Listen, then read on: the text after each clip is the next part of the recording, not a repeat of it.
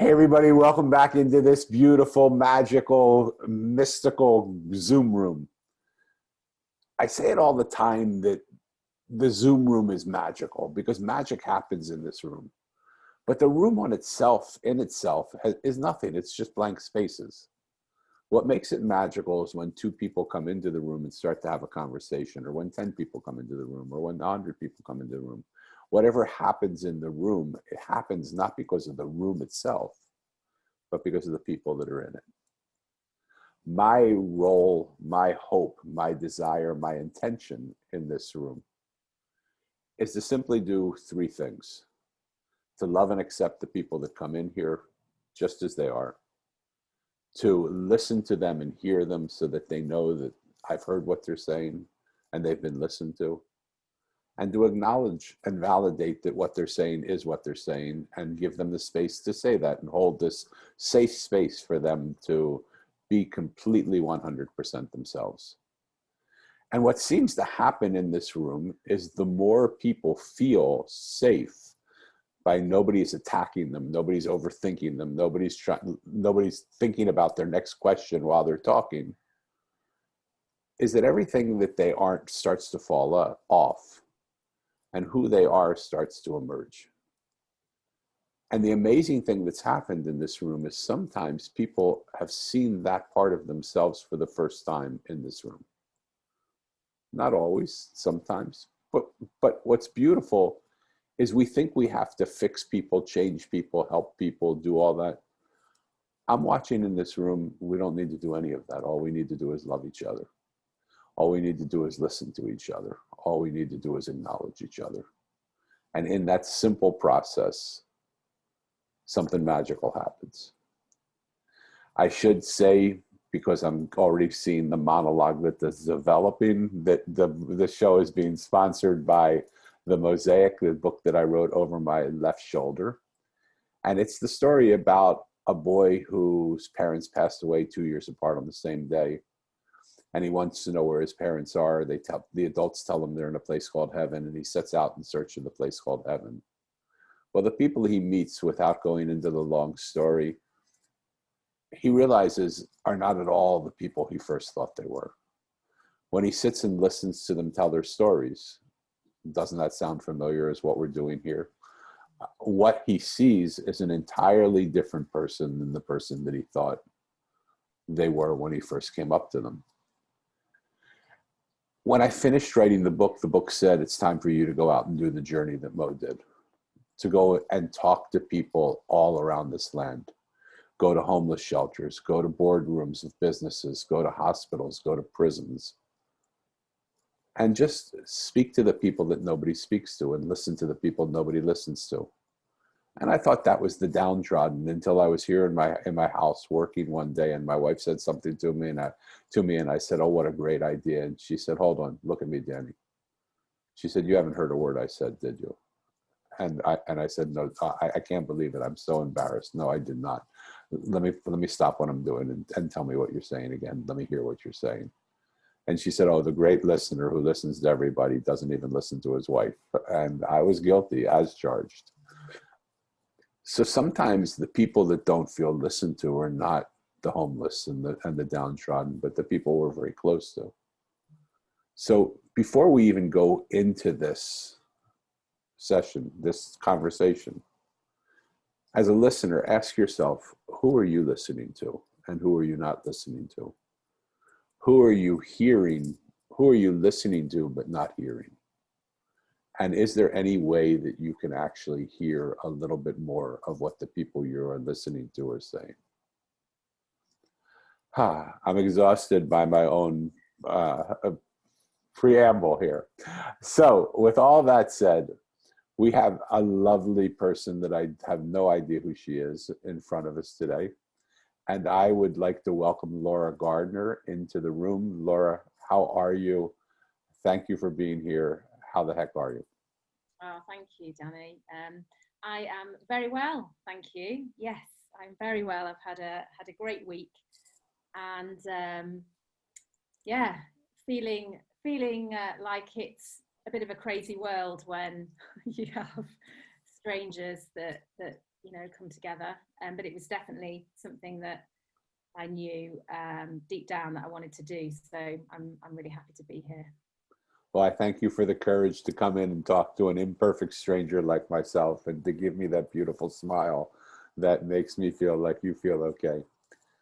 So let me rewind a little bit, because what I found in this room especially is how are you becomes a salutation these days.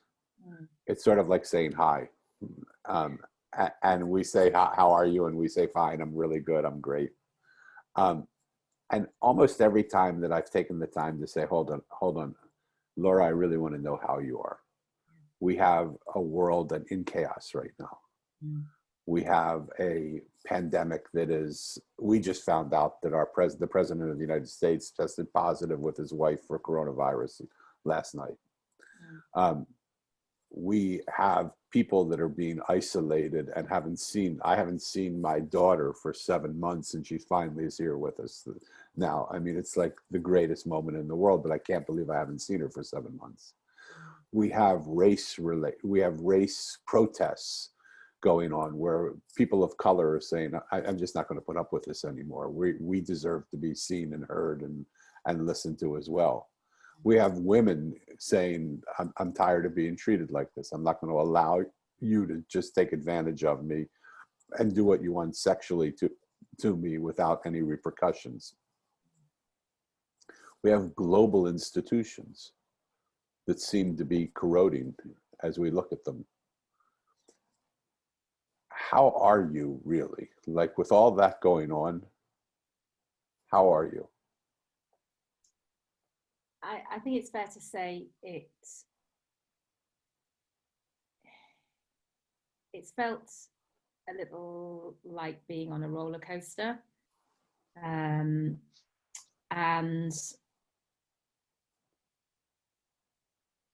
I'm actually doing the best that I've been for this period. I honestly can say that. Now, that's not because there aren't challenges and that I've not got concerns. My mum's shielding. I've seen her twice this year, but they were really short visits and I couldn't stay over. My sister lives 5 hours away and I've seen her once. And so, you know, in terms of family, it's been really, really, really hard. Yeah, and there are other challenges, but I guess what I've been trying to do is focus on those things that I can control, and finding ways of bringing some joy into my life and bringing joy into other people's lives, even if it's on a very small scale. Yeah. Because I think when my experience in talking with others is once you start, you know, where the balance shifts, where you're focusing on just catastrophic events that are happening around the world. And I'm not at all saying that I don't care about these, but there's something about protecting yourself and taking care of yourself in order to take care of those people, you know, that you encounter, and finding that balance of when to close things off, you know, the kind of boundary side of things. Yeah. It's such an interesting thing, and I would really like to dive deep into that if I could with you for a minute. Mm. I'm a guy.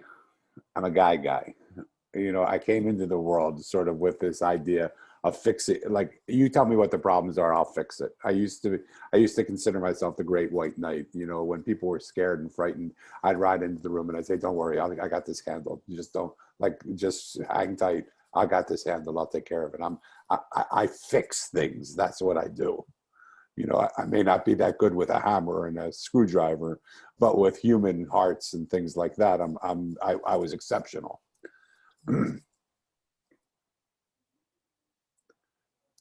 And yet, if I can tell you a very personal story, my wife contracted cancer 19 years ago and died the most painful death you could ever imagine, where she had 45 minutes of blood-curdling, screaming pain every 45 minutes for 2.5 years, all day and all night. So it would be 45 minutes on, 45 minutes with no pain, 45 minutes on, 45 minutes no pain. And here was the great white knight walking into that room where everything is okay as long as I'm around. Yeah. And nothing was okay. There wasn't one thing I could do. My prayers, my love, my staying 2 inches from her to try and help her in whatever way I could, didn't relieve 1 millisecond of that pain. Mm. And so I had to reevaluate who the great white knight really was, and what my capacity was to relieve somebody from anything that they're going through. Mm. First of all, what are your thoughts on that? And I'm not asking for your sympathy, but what are the thoughts on the fact that we are these great fixers, and that we want to just help people and bring love to people and light to people, and sometimes we just can't? Well, I think as you just mentioned, that it can be incredibly painful, and I've often wanted to take away the pain of loved ones or people that I come across, and it's horrible. It's absolutely horrible, you know, when you can't do that. And what I also have learned is that as humans, we do want to fix things, you know. That's kind of our go-to. That's what our brain does. And we find it very frustrating when we can't do that. But sometimes, and it depends, of course, it depends on the person and the situation, but fixing it isn't the right thing for that person.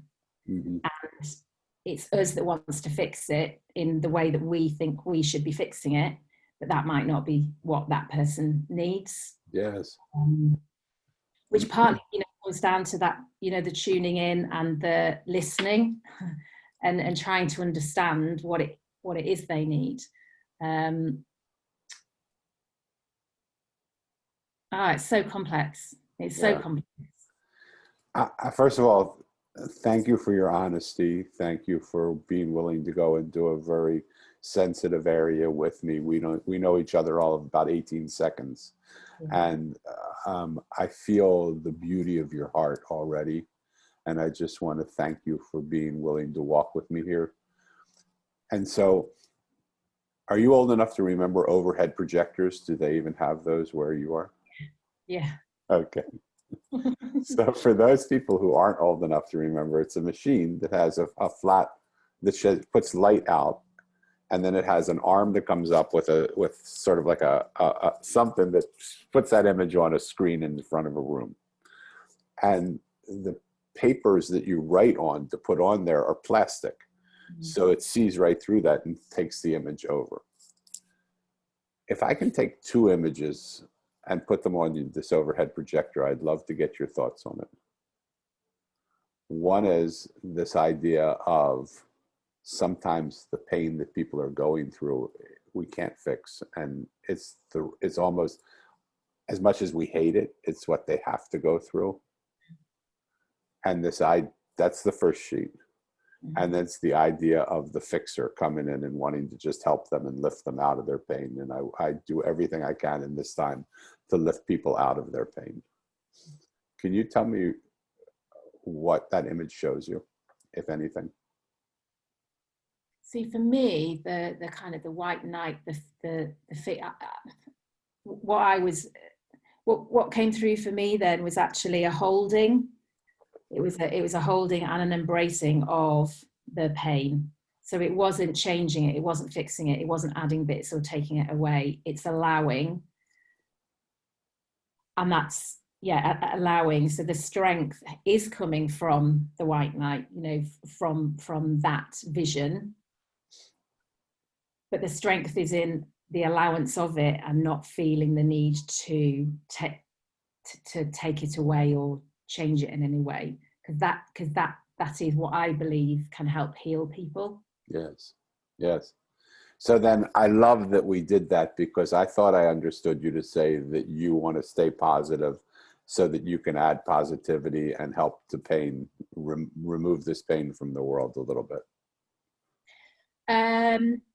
No, I think I'm naturally quite a positive person. So Yeah. yes. However, I think it's fair to say that I've been on quite a journey of self-discovery over the last few years, and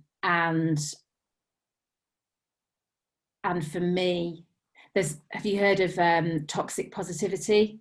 I have, but let's explain it so people understand it. So this toxic positivity is that there's always something. It's not that bad. Yeah, but look at this. So it's kind of denying what the true feelings are in that moment for that individual, or for the nation, or for communities. And it's almost being fearful of what could happen if you allow these unhelpful emotions, or whatever it is that's coming up.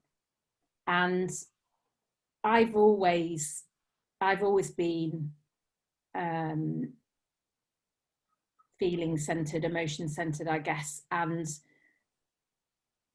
while some emotions I have found in the past quite scary, what I've learned to become, what I've learned is that if we're not with our emotions, if we're not able to allow and accept in both ourselves and in others, and that's a completely different, when it's others, but when it's ourselves, all we're doing is denying that we're denying that exists, and then we're not being truthful to ourselves, and then we're not really living, who we are.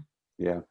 And I think that there are so many layers, and so many coats that you put on, and so many hats that you put on for work, and for that friend, and maybe just society in general. We're not supposed to be this way or feel this way. Yeah. I think it's really sad. When you look at the world, do you see a lot of toxic positivity? I mean, do you see a lot of that going on, or do you see people, for the most part, that are dealing with their pain and suffering and giving it a chance to teach them something? And I know it's a very general question. Yeah, no, I think at one stage I would have said to you, there's so much toxic positivity around.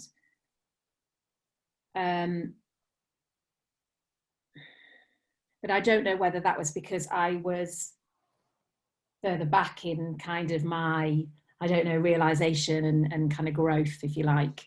And I think the more that, well, I think we know this anyway, but whatever you focus on, it arrives, that it will come to you. So because I've been focusing a lot more on self-compassion, mindful self-compassion as a practice, and the emotions and the allowing and the common humanity, and the perfectly inhuman, that I'm seeing more of this coming through.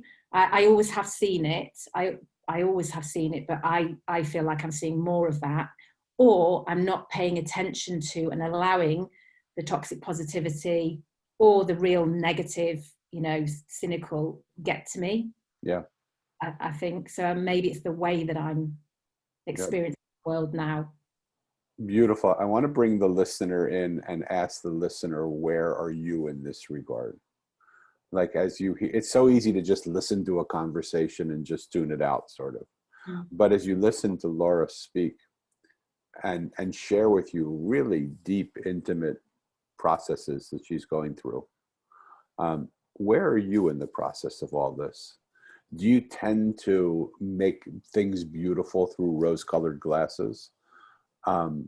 Which sounds beautiful. I mean, there's so much goodness in seeing good in the world, except when there's not, except when we need to take a look at things as they are and we can't see them because everything looks pink. Or do you even believe what I'm saying? Maybe you just believe, no, it's always good to see the world in toxic positivity. And where, just for you to take a moment and identify within your own psyche, where are you? And how do you see things? And do you allow people to go through some of the pain and suffering that they need to go through? Or are you there to always try and bring them out? And how does that work for you? Laura, what's important to you? Love. Love? Yeah. Love, compassion, kindness. I think that they're the core.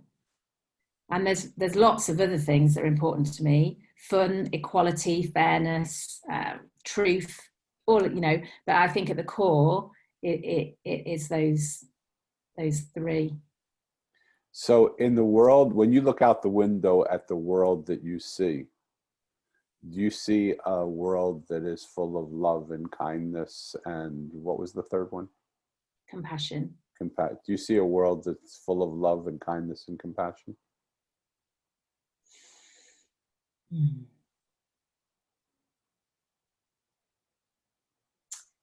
Can I say yes and no? Yes.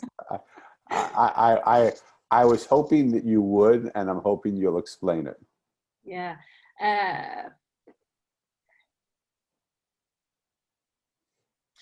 If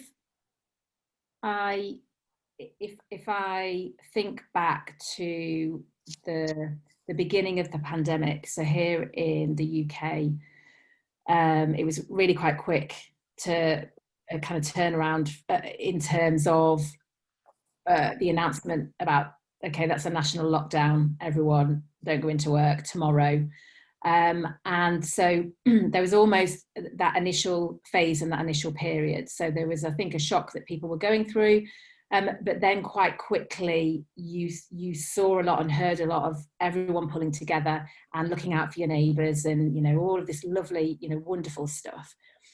And then my sense was that the resilience was really tested. We've all been tested. And whilst I think that humans come together in times of crises, when it's a prolonged period, there's something that happens and you almost become numb to it, and numb to humanity, numb to, you know, your neighbours are looking for that. And part of that, I think, is because then there's more worry and more concern that kicks in. And so we're more insular and looking out for our nearest and dearest, which it's not a judgment. You know, I've been the same. But then what I noticed is when I was out and about, there was much more in terms of strangers, you know, lack of connection, lack of a want to even engage. And the frustration and the tiresomeness of it all, I think has worn people right down. And then the intolerances start, and then the blaming starts, and then, you know, it goes very much like that. So I do still think that there is a lot of compassion and care and love and kindness and everything like that. But I think that it's almost like the default. It feels as if is the backing off, survival, in heads, how are we going to make this work, Yeah. rather than the moving towards and you know, opening up. Because if we open up and we have that bond, then I actually I send a Friday message out to friends every Friday morning, to just, you know, bring a smile or thoughtful. And the one this morning was a David Attenborough quote, and he said, "Their bonds are greater than their fear," talking about, you know, the animals that he's talking about. And then what I was saying is that, you know, we have to remember that the bonds that we have, Yeah. that's, you know, if we focus on that rather than the fears, then that is what's going to help us get through this period, but, you know, any period of time. Totally. I think that was a quite long answer, sorry. No, it took I love it. One of the things that I hear myself echoing. I'm okay. One of the things that I think happened for me when you said it was I love the idea of what the Mosaic says is when your perspective changes, the world you see changes. Mm. And so everything that, like, he would look at these people that he met and he thought they were one way, and then when he sat with them and listened to them, he heard something else. And so where I thought you were going to go, and you sort of touched on it, and I just want to see if this is what you think as well.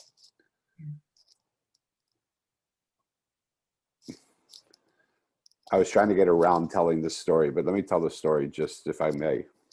Yeah. I remember being in the ashram of a holy man, and it was my first day there, and I went into the ashram and I saw the disciples of the holy men beating the heck out of guests, and I thought, oh my God, how is this possible?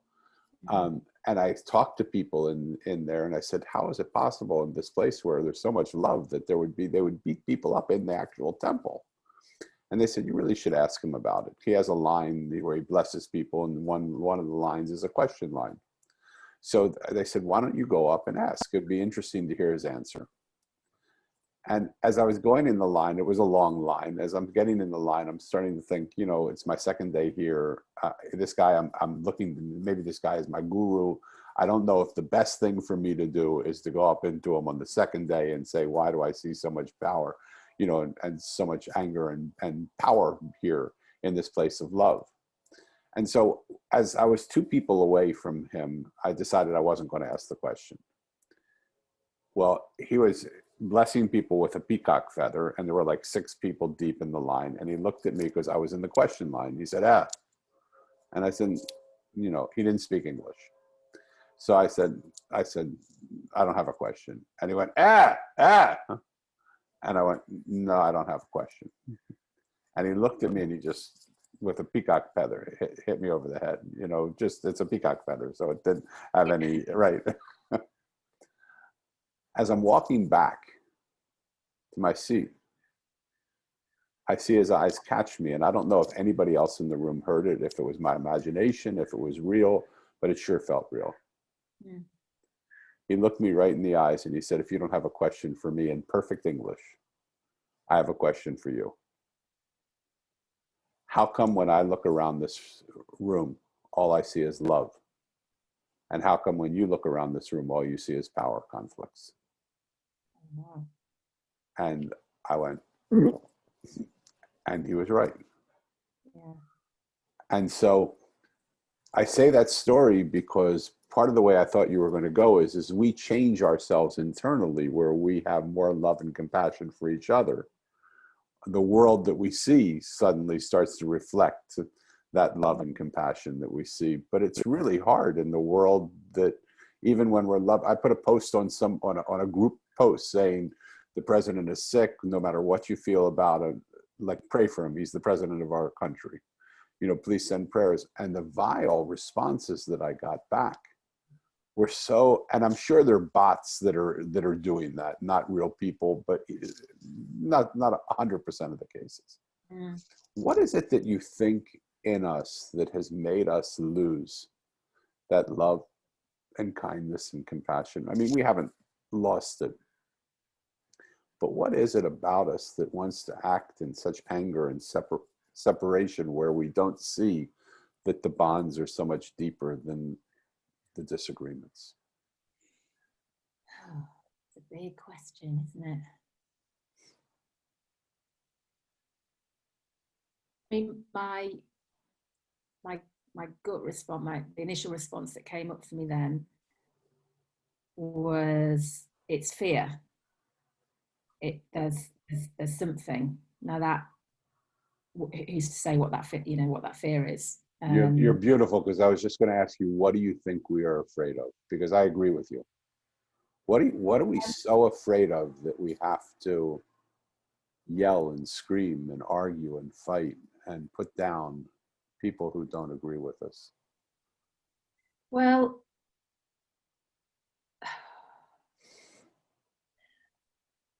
I don't know.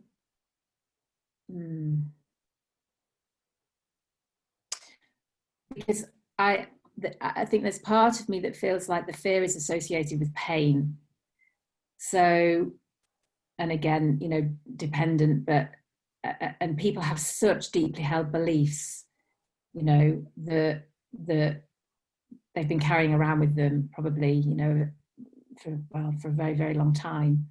So it becomes it becomes them. Yeah. You know, it's almost, that's who they are. So when something happens, it's almost, I don't know, it feels as if it's an assault on me as a human being, me as a person, when it's a belief. You know, it's important to me, or I am scared of something because something may have happened, or I may have seen something happening. Um,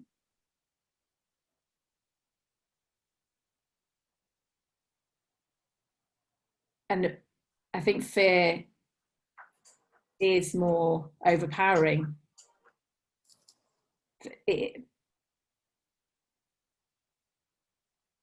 I think a lot of a lot of the time, people are reacting. It's happening so quickly. Yeah. It's the reptilian brain kicking off, you know, trying to protect us and not serving us very well. Although yes, we need it. And unless we are aware, so those of us that are aware and we can experience that, oh my gosh, I've reacted in that way, let me think about that, hang on, why was that? And then you can kind of do that. Then that's you know, one bunch of people maybe, and then there are others who perhaps don't have the awareness that of actually, you know, the impact, what is the impact on others by being that way. And also that we do have control of these thoughts that, you know, we have, and the kind of, you know, if there's a fear, turn around and face the fear and look at the fear and examine the fear from different angles and work out what, you know, what is that about, Yeah. rather than try to run away from it or, you know, fight it off. That's a really abstract way of me describing it, I think, but that's kind of what's coming through for me at the moment. But I almost feel the pain and hesitation in your voice of just like trying to come to grips with all of it, you know, of just trying to, in this moment, trying to get a feeling of what's going on. And I think the whole thing just, I'm so surprised by it, because I have a bunch of people that call me their friends, and some of them I call my friends as well. And some of those people have the most fakakta belief systems you would ever want to imagine. They're like, I would never believe what they believe. But if it came to the point where someone was if their life was threatened, I would take a bullet for them, because they're not my friends, and I don't love them because of what they believe. I love them because I love them. Yeah. And I don't know where that our belief systems suddenly have taken over our love for each other, because we have families, and it's like in America, the Civil War was brother against brother and uncle against son, and, you know, all those types of things. We fought each other, and we're in an ideological civil war right now, at least in our country. I don't know how it is around the world, but when did beliefs overpower love? Why is it that what you believe threatens me so much that I can no longer love you because of what you believe? And when I ask myself the question, this is a lob over the net to see what you think about it, okay? I think we've lost belief in ourselves. When I look into the world, one of my biggest sadnesses is how little people know themselves, how little time people have taken to be at peace with themselves. When someone has a different belief than me, I welcome that. That in business is called innovation. That in friendship is called, you know, like just the sense of of expanding and seeing different perspectives of the way you see the same thing. Those are things that I long to find rather than I shudder from. But it's also because I have a sense of who I am. And I'm not threatened by your belief. I'm encouraged by it, because if you believe something that can help me see something I haven't seen, I welcome it, because I want to see it, because I believe everything in the world is possible. I just don't see a way to make it possible. But you might see the world differently, and you might show me a way to see it that would make what I believe, what I want to have happen, possible. I don't understand where this belief of differences has caused us to shut down. In our businesses, we would never do that. We welcome new, fresh ideas. Most of us, at least. Some of us are scared of them. I wonder, is it to do with, again, the threat? We feel threatened. Because as you say, you know, most businesses, well, you have to welcome innovation and ideas, you know, really, if you want to be a success. But I've worked in, you know, in a number of organizations and in different kind of functions and departments within those organizations. And the culture, you know, can be different from one area to the next. And the culture is driven by the people and who is the leader, who are the leaders. And you get just one of the senior leaders who is, you know, not open to new ideas, potentially because they're feeling threatened, then that's it. It's just quashed. It's just because people are fearful. Yeah. I don't know, you know, whether it is that idea of threat. I also think that we're spending so much time in our heads. The pace of life, even though many have said it's slowed down, I think it's sped up even twice as fast as it ever was. With the challenges that people are going through, I think there's so much time in the head, it's impossible to connect to the heart when you're in the head. So if people are not finding ways of pausing and slowing down and just taking time to be, how on earth are we supposed to connect with our heart and have the compassion, and, you know, even if it's innate within us? Which governs your life, your head or your heart? They're First of all, I love your response, just even that. Yeah, it's honestly something I ask myself all the time, Johnny. It really is. So I think my head and my heart have been in absolute conflict for years. I don't think they are anymore, because I've learned to try to work with them both.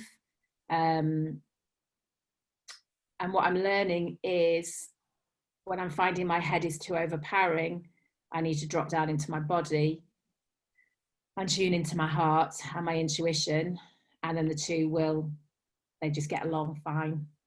It's when one, you know, and it'll be the head that's louder. So for people who are listening right now, who find themselves in their head more often than they would like, who would like to be able to drop down into their body and feel their heart, what would you say to them? Breathe. Take a breath, for sure.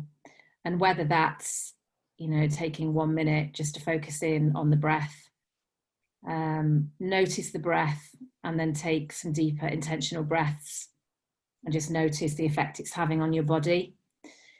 If you can take longer. And the other that I'm using a lot is a practice focusing in on the 5 senses. So it brings you, you know, from the past or the future into the present moment, where you focus on 5 things that you can see. It's one that's, you know, very commonly used, I think, from what I can gather from speaking with people.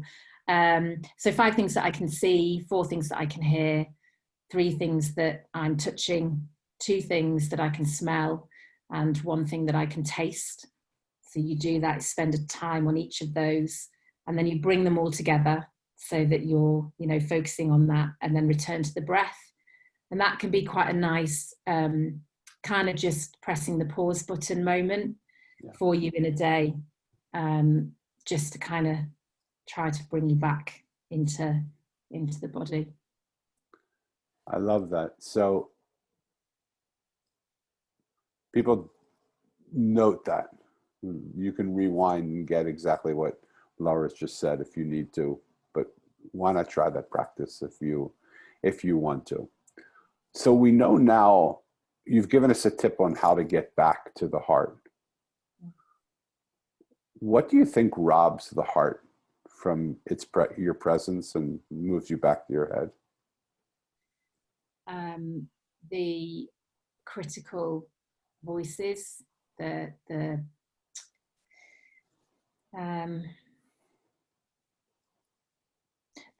judgments that we make of ourselves and make of others.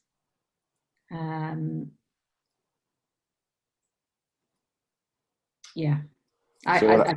the overpowering. So what I want to do is try and dive into that if I can, because here we are, we're taking some deep breaths, we're becoming really present in the moment. Like when people say to me, well, how do I get into the now? You can't not be in the now if you're watching your breath, right? Your breath is it's not something you have to pay for. It's not something you have to hire someone to do. You just have your breath right here. And the more you watch your inhalation and your exhalation, the more you cannot be anywhere but in that inhalation and exhalation, which is entirely a present moment thing. So all of a sudden we're feeling this presence. Where does the criticality come in? Is it in the thought of, I'm not breathing right, or I should be doing this longer, or, oh my God, I can't, like, does it start in your self-talk, or does it start in, oh, there's too much noise, the kids won't shut up, or, oh my God, what, like, why are they yelling over there, or where do you think it starts? I think it depends on the person, and where their attention is tuned to at the time. I think often people really beat themselves up about the fact that they're not doing it right, which, it's laughable. I'm not laughing at people because they're saying it is laughable. I'm not breathing right. I'm not. Right. But this thing about putting pressure on ourselves, needing to get it right. What if I get it wrong? And this isn't just about the breathing. This is about kind of, anything. Yes. So it depends. If we are more internally focused, maybe we're going to be focusing more on the inner dialogue that's going on. But if we're more externally attuned, then it may well be, that the neighbour is hoovering upstairs and, I can hear the rain dripping and it's really irritating. And there's resistance. I think that's really, that's something else that's really interesting, is that we'll often resist whatever it is. Yeah. And again, that comes into that acknowledgement piece, if we're able to acknowledge and accept it. So I love what Laura is talking about now. And I think that, again, to bring the listener in, what steals your peace? And what do you allow to take away the thing that you long for the most, which is just that love, that kindness, and that compassion? What's the vehicle that you see that steals your peace away as a listener from this process? And would it be possible to breathe through that? In other words, if you just stay in the moment of the inhalation and the exhalation, and, oh, I'm not doing this right. Okay, that's fine. And just stay back, come back to doing it the way you're doing it. Would that suddenly remove some of that criticality from our head? Or would that just be another case of toxic positivity that you're not allowing yourself to, please? No. I was agreeing. I was kind of, yeah. so for me, what I've experienced, and I feel really fortunate to have been on a journey learning a lot more about mindful self-compassion over the last year, is the kind of the idea that we can make friends with our critical voice, and the fact that simply through noticing the thought, if it pops in, which is going to, let's face it, rather than get cross and irritated and try and push it away, is almost welcome it, and kind of observe it. Oh, there's thought. Okay, good. Back to the breath. So trying to have a lightness about it, rather than punishing ourselves that our mind isn't clear. Yeah. Because our minds, they're not going to be clear. Really. I love that. And I have a similar practice that, so somewhere along the line, a voice told me my mission was to create a revolution of listening. And I sort of laughed because I thought, have you gotten this low on the totem pole to use me as the person to do that? I mean, I'm one of the worst listeners in the whole world. I just told you, my wife told me I don't listen to her. I don't listen to I don't listen to so many things. I'm a talker. But it said, no, we want you to do this because we want you to learn how to do it, not because you're good at it, but somebody needs to start the revolution. And we want to do that. So when those voices come, if we don't listen to them, they're going to get louder. Yeah. If we don't listen to them when they're louder, they're going to create havoc. If we don't listen to them when they create havoc, they're going to destroy something. They're going to hurt us. And I learned that from my developmentally delayed daughter, because that's what she would do. She would speak, and if she wasn't heard, she would yell. If she didn't hear, she tantrumed, and if she didn't do that, she would attack. And so I watched her do that process, and I said, oh my God, I'm just like that. Everybody I know is just like that. That's what we do, right? Yeah. Yeah. And it's a loving practice to listen. So when our mind gets restless and critical, listen to what it's saying and say, what is it you really want me to hear? And then I'm going to go back to my breath so I can hear you. Yeah. And allow that process to happen, and just return back to center so you can hear exactly what the breath what your mind wants to tell you.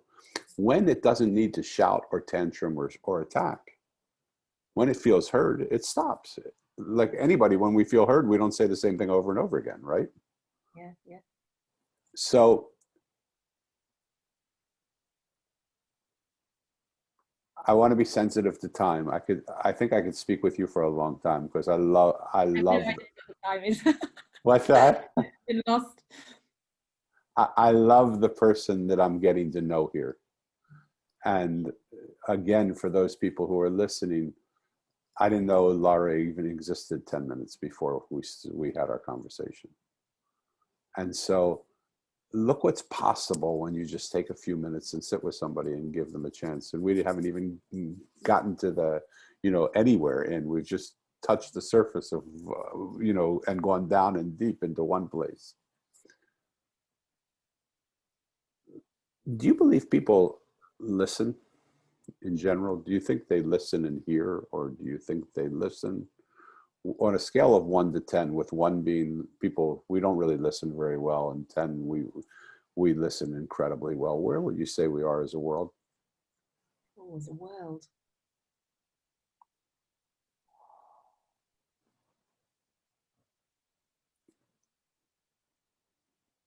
6. 6. Do you believe? Where would you say? Where would you say, Danny? I would say probably less than 6. Okay. I would say the world, what I see is, I would say it's more in like the 3-ish, or maybe I'm being overly generous. I don't think we listen to our environment. I don't think we listen to our businesses speak to us.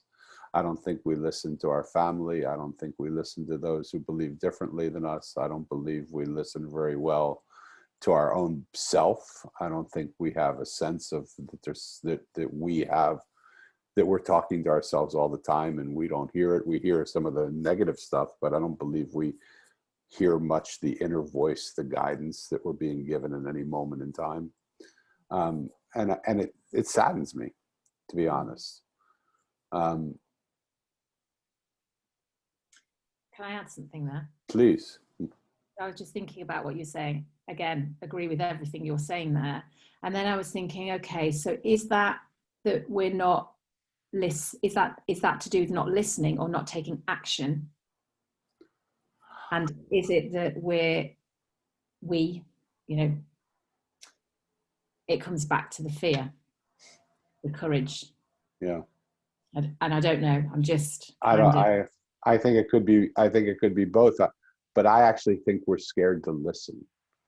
I think we run in.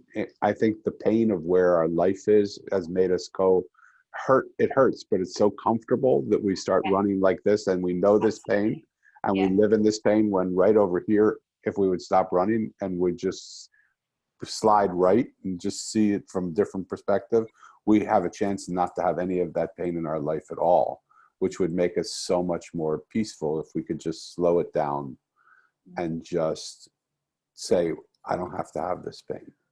But we're scared of what we might have if we don't have this pain. We're scared that the pain we might have might be worse. And so we give up the right to have no pain because we're scared that the pain we could have could be worse than the pain we've got used to. Yeah. And that could be physical pain, that could be emotional pain, that could be relationship pain, that could be global pain.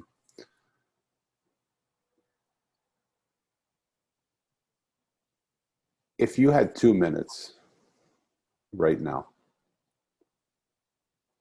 to talk to a world that was 100% not only listening to you, but wanting to hear you, because I know I want to know more about what you believe and what you think and how you can and who you are. What would you tell the world right now?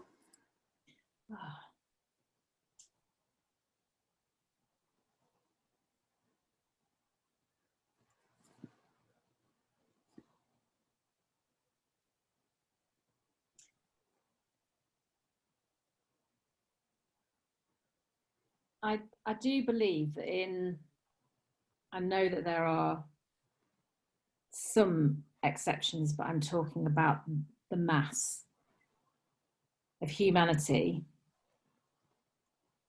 There is innate goodness in human beings. I absolutely believe that.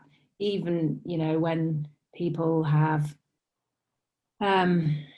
made wrong decisions in their life, or, you know, I won't go into it, but I honestly believe that humans do crave and long for connection and love and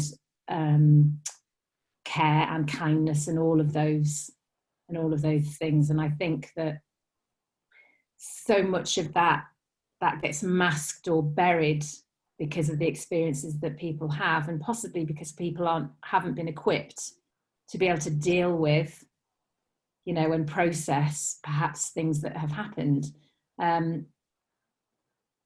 I've always, if a stranger approached me, this happened in London once. A lady came up to me it was King's Cross train station, really, really busy, like people rushing around. And the lady came up, and I didn't really understand her at first. And I was with my boyfriend at the time, and she started trying to say something, and he immediately said, don't, no thanks, and was very kind of defensive, thinking that they want money, or, you know, whatever it was. And I was like, no, hang on, what's the matter? And she was lost. She didn't have a clue where to get to or anything like that, and she just needed the help of someone. And I've always tried to just consider that, you know, that's the essence of who we are. You know, if we can try to be more aware of the people that are around us, and rather than treating people as enemies, that they are humans just like us, you know, with a heart and a soul. And if we can help, I would love more people to be able to be brave and courageous, and and help, you know, those that they don't know who they are. Yeah. That's honestly what I, you know, what I believe. What a beautiful, beautiful thing. Laura, we don't have any idea what you do. Would you take a moment and tell us what you do? Yeah, of course. So I've actually got two parts to my career. The main one, I am a coach and facilitator and trainer in all things kind of personal and professional development. And the other is I'm a manager at a health centre. So it's chiropractic, osteopathy, and massage and rehab. So yeah, I do. Fabulous. So we're going to have all of your contact information in the show notes. And I really want to encourage those of you who are listening, who have felt Laura like I felt Laura, to reach out to her. Don't make this just a talk that you listen to or a conversation that you just observed. Reach out to her. If you're going through some of the things that we've been talking about, if you're like me and you can feel people, have you felt the beauty of her heart? Have you felt the kindness of her soul? Have you felt how important these things are to her that we've been talking about? And I just want to ask you to act on that in the event that it's not that you don't hear, but you just don't act, as Laura said. That if you listened and you heard and you want to just connect, not that she has to fix you or change you, but just come together and see what the mosaic reality of pieces that don't have verticality to them. The beauty of a mosaic is the pieces that are on their own are beautiful, come together with other pieces, and they become more beautiful because together we're more than we are on our own. Take the advantage to come together with people that you have not met before. And I really want to invite you to reach out to her. Take a look in the show notes. There'll be ways to contact her.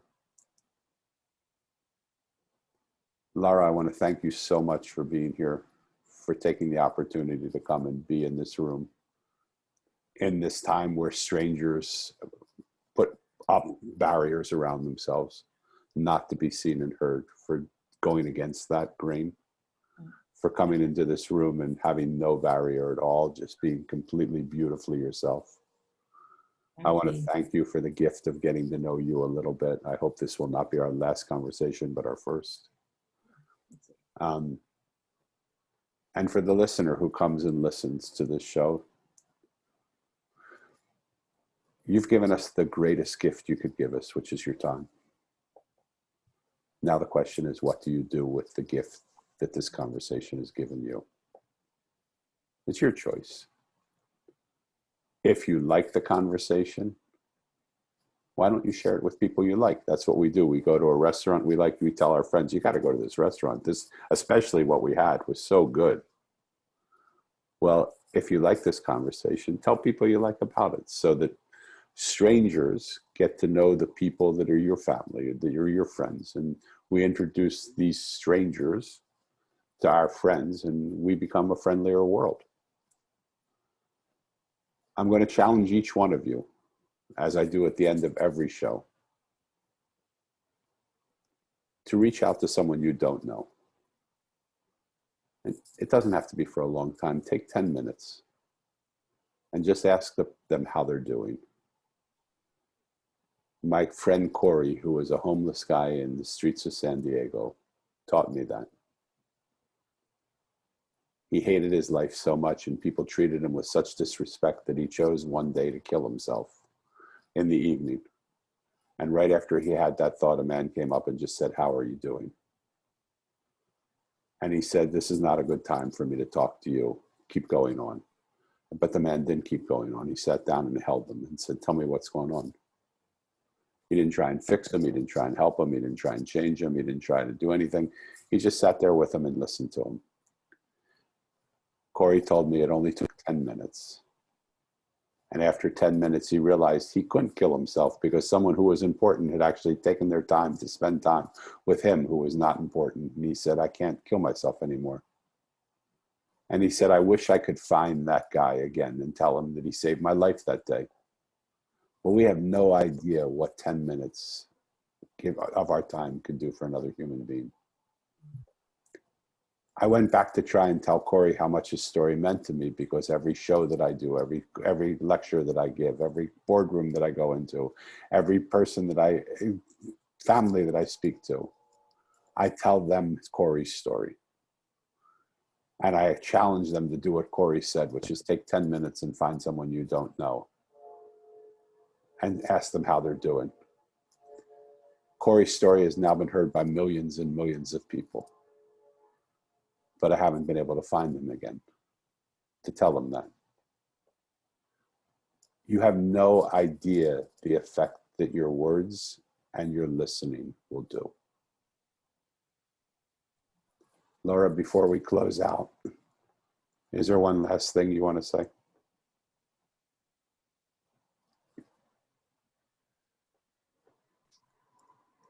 Yeah, have hope. Okay. Okay, thank you again for your time. Folks, thank you for being here with us. And until the next stranger comes into this room, be kind to each other, be kind to yourself. Love each other, love yourself. And as Laura said, don't lose hope, have hope. We'll see you next time in this incredible room where strangers become friends. When the world is full of strangers, we live in a strange world. But when we make the world full of friends, we live in a friendly world. Which world do you want to live in? You have the choice to make your world just the way you want to do it. Make it a friendly world. Why not? Until next time, big love to you. Thank you for being here. And thank you for listening to this beautiful conversation with us together. Ciao.